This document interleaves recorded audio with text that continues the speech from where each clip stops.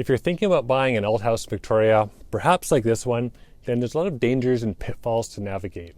Now, I've made a few videos on this topic over the last few years, and quite frankly, some of that information has become rather outdated because the number one pitfall is something that wasn't even given a second thought a few years ago. My name is Willey. I'm a realtor here in Victoria, and I make these videos to help people just like you save money and avoid bad real estate investments. So if you do have any questions about buying or selling properties here in Victoria, please don't hesitate to reach out. The first thing to watch out for is the perimeter drains. Many older homes built prior to 1950 have no perimeter drains or clay tiles such as this one here that have long since collapsed or filled with tree roots. New perimeter drains in Victoria can cost $30,000, $40,000, even $50,000, and it's hugely disruptive as it means walkways, landscaping, and all the hardscaping has to be torn up. Put a drain inspection condition in when buying an older home unless there's good records or evidence of perimeter drain upgrades. The next one to watch out for is the age of the roof. A new roof in Victoria costs between $15,000 to $30,000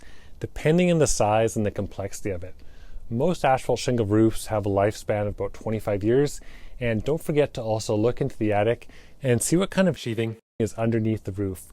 Old shiplap boards, for example, might have to be replaced with new plywood to support a modern installation. Next is underground oil tanks. Any home built 1970 or older could potentially have an underground oil tank there. A ground penetrating radar scan costs only a few $100s, and it's always going to be money well spent. It's very rare to find contaminated soil, but I have heard of a few cases in Saanich, for example, that have cost the homeowners hundreds of thousands of dollars to remediate. If you do find a tank, this should be professionally removed with all the permits at the seller's expense, so put an oil tank inspection as a condition of your contract. Next is wiring in the electrical panel. You won't be able to get home insurance if there's active knob and tube wiring. Even aluminum wiring may require additional inspections. And if the home only has 100 amp service or less, then you probably don't have enough power for modern upgrades such as the heat pump or EV chargers. A new 200 amp panel can cost over $8,000, and wiring and update costs all depend on the size of the home and, for example, if there's a crawl space and good access. The age of the plumbing system is the next thing to watch for.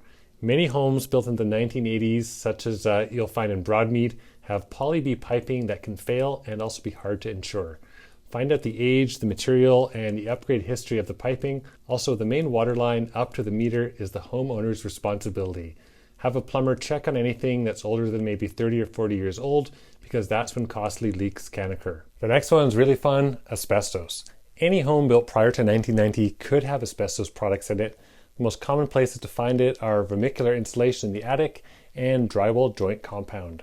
But it can really be found anywhere in the home, including flooring and exterior siding. If you're buying a home from the 1950s or 1960s, I would always assume there's at least some asbestos in there.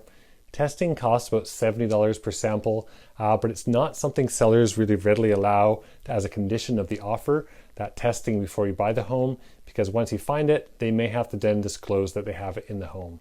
Environmental remediation costs have gone way up recently. I've heard of cases of over $100,000, but remember, it's relatively safe as long as it remains encapsulated and not disturbed. But if you are planning major renovations, factor in the cost to deal with it and do all the appropriate testing first. And finally, the one you've been waiting for, it's sort of a culmination of this entire list.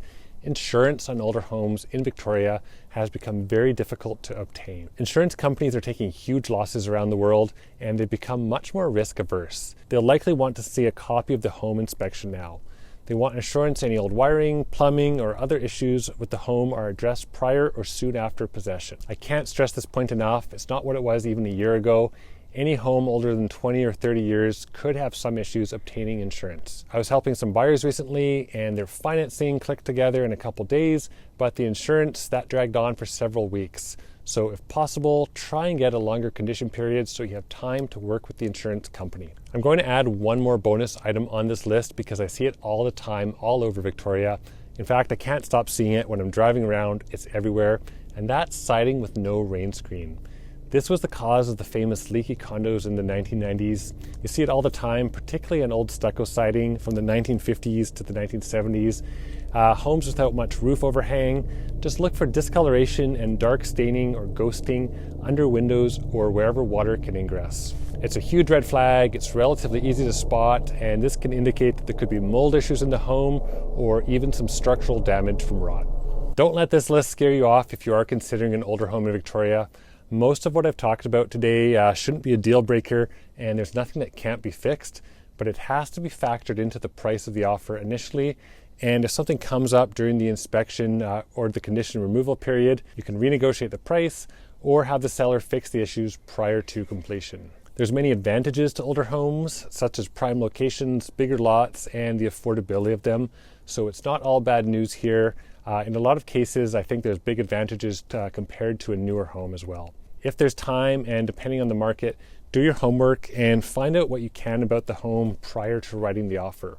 Always get a home inspection. A professional home inspection that documents everything will give you the most leverage when it does come time to present any price reductions to the seller. Thanks so much for watching. I want to hear your experiences with older homes, buying them, selling them, and living in them. Please leave a comment below with those thoughts. Thanks for watching, and I'll see you next time.